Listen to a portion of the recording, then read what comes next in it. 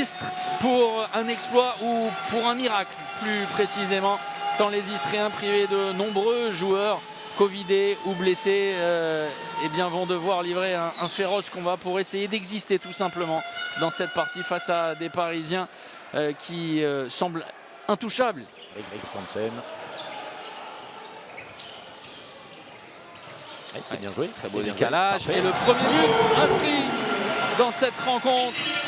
Je vais couper le micro là, parce que ça va être compliqué la soirée. Adama Keita, première tentative et le but pour Adama, bien servi par cette passe sautée de Nikola Karabatic. Ce n'est pas le style de la maison, pas de passe droit particulier. Bien glissé dans le dos, au-dessus de Vincent Gérard, Andrea Parisini. Belle action construite de la part des Istriens. Et l'opportunité, ça joue très bien. Quel arrêt de Vincent Gérard qui a climatisé la halle polyvalente et le duel remporté face à Youn. Et derrière la punition, une machine, un rouleau compresseur servi par Crépin. Attention à la perte de balle, oui, la reprise de dribble. Luc Steins à droite, Kounkoud, le décalage et c'est trouvé. Benoît Kounkoud dans une grande forme, on le dit depuis le début de la saison, on le dit depuis un bon bout de temps. Il avait manqué son premier Chabalin dans un contre-attaque. Les Parisiens se sont attachés à bien utiliser toutes les supériorités numériques, elles ont été importantes. Le tir d'Andrea Guillaume, ça passe à côté et cette fois il tente sa chance. Et il le fait mais très bien. Parce que sur le coup là Vincent, il est sur la ligne, hein, il est vraiment à 40 mètres du but adverse. Il a pris tout son temps, regardez-le. Il est vraiment, pour le coup, très loin. C'est bien dosé et ça rentre directement. Première passe. 4 secondes, Karabatic. Il faut tirer. Ballon récupéré. On va en rester là à la pause. Avec cette incompréhension. 16-10 en faveur du Paris Saint-Germain. Ça a bien été fait de la part des Istriens qui ont perturbé la première passe de Sadou Ntanzi. Ensuite, ça a été beaucoup plus compliqué pour aller jusqu'au but. Et la perte de balle 16-10, logiquement, pour les Parisiens. C'est une base arrière avec les deux mêmes arrières latéraux qu'en début de partie, Nikola Karabatic et Denis Christopans et Sadou Ntanzi à la même. Avec Louis Roche qui a été un peu enrhumé là-dessus. Avec monsieur Louis Morales au premier, le président historique des Istres au premier plan. Le club de Faroudine Melic. Merci.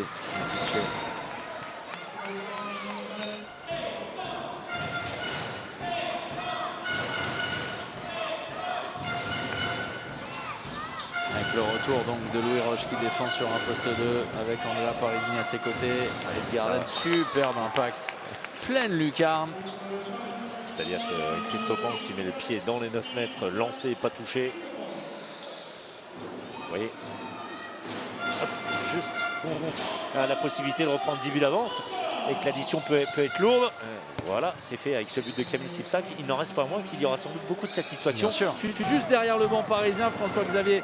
Et alors que Paris a gagné le match depuis maintenant 40 minutes, eh bien il est félicité par tout le banc. Ça aussi, ce sont des signes forts. Et encore une fois, Clément Godin. Solide sur ce tir de Baptiste Clé. Oui, on ne s'attache pas assez à cet homme, Henrik Townsend. Bien fait de la part de Mikkelsen, impeccable. Vous voyez, je vous le disais, il finira seul mais en buteur simplement pour Istres. C'est anecdotique, mais en tout cas encore une belle prestation de la part de Mikkelsen, l'arrière droit gaucher. Sans doute l'atout numéro 1 pour jouer en 1 devant. Voilà, c'est vraiment un joueur de l'ombre qu'il faut justement mettre quelquefois en lumière.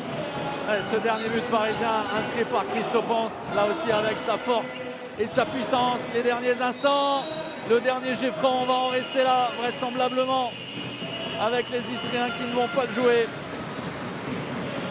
Et la victoire du Paris Saint-Germain, 37-28. Paris conserve son avance considérable, fait un pas de plus vers le titre de champion, assure évidemment son titre honorifique de meilleure attaque du championnat avec à nouveau plus de 35 buts inscrits.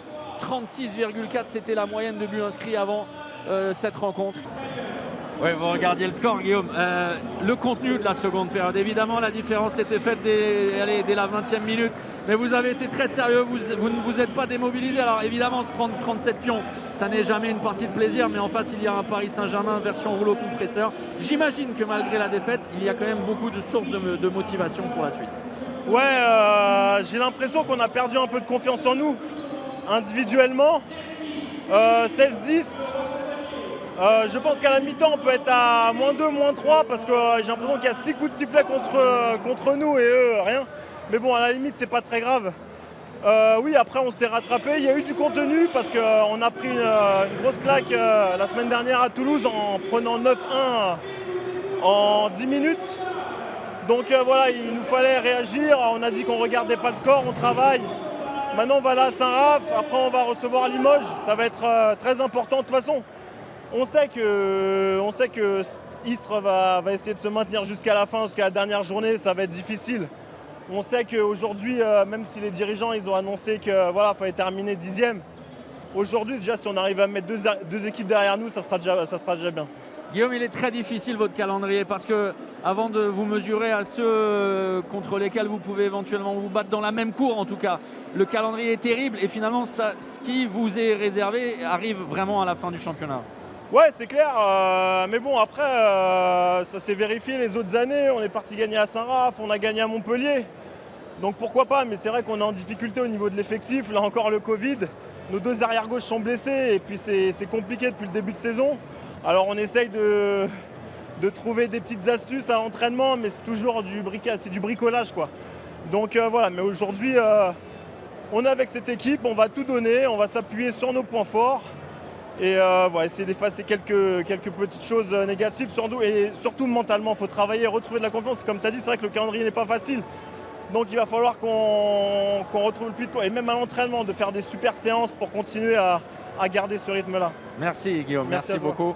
Salut Lucas, bravo, 38 buts la semaine dernière, 37 c'est un peu moins, mais j'imagine que le capitaine que vous êtes doit être satisfait.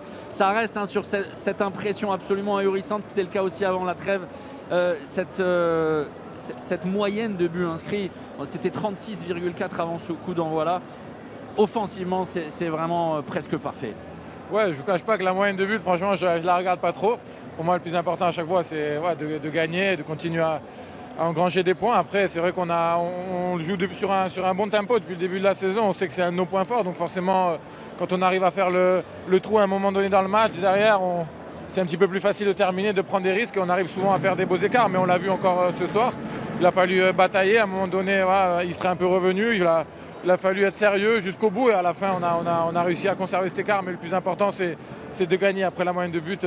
Je préfère à la limite moins en prendre que plus en mettre. En général, ça se passe plutôt bien quand c'est comme ça. Mais c'est pour, je pense à Timothée qui s'occupe aussi de nous, les journalistes, et pour les chiffres, vous voyez, c'est important. Juste, Lucas, comment vous sentez-vous? Vous avez fait votre retour la semaine dernière. Vous avez énormément travaillé pendant la trêve internationale. Je vous avoue que vous nous avez un peu manqué en équipe de France. Comment vous vous sentez? Et vous allez avoir un mois de février absolument étourdissant, même jusqu'au mois de mars. Ça va, je me sens de mieux en mieux. Je ne me sens pas encore à 100%. C'est vrai que ça a été assez long. J'ai eu un mois de novembre-décembre un peu compliqué avec des blessures musculaires et ça n'a pas été facile de revenir. Il a fallu beaucoup travailler.